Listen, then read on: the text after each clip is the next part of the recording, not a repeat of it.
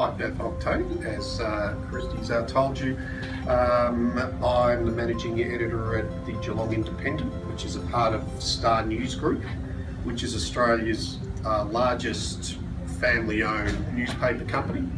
We've got 20 odd newspapers sprinkled everywhere from Geelong and out of suburban Melbourne all the way up to Noosa, which I'm hoping to go and work at for some stage. Some sort of exchange program should be initiated, especially winter.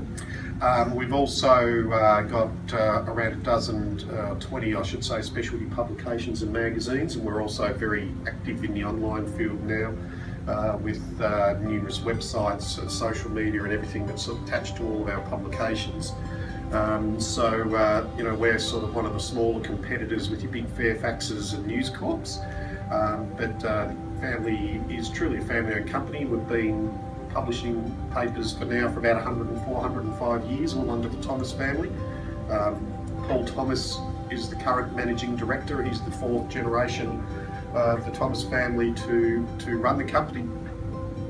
And I can tell you, I enjoy working for a family-owned company, probably more so than maybe some of the other bigger organisations. I think it's a lot more personal, and the family name rests on, you know, the company and what it does. So I think maybe they treat their people a little bit better. I think most people that have worked there work for the company that say the company does well by them. As I was just saying, I think when they're independent, and especially family owned, there's a little bit more care for the staff there. You're not treated so much as a number or just fodder. I know Paul, if he's ever had to make any hard management decisions, it's painful.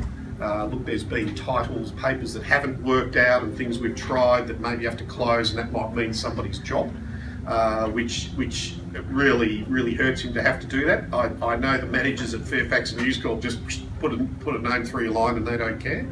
They're not too worried about what happens to the reputation of the company. They're just there to fulfil ends, and I can understand that. By the same token, I suppose some of the bigger companies, some of the bigger corporations have got more career opportunities by the same token. So there's probably more opportunity to move around. They do like shifting their staff around and putting them in different towns and cities and all over the place, which, depending on what you want to do with your career and lifestyle, may be a good or not a good thing. So there is some very, very real differences.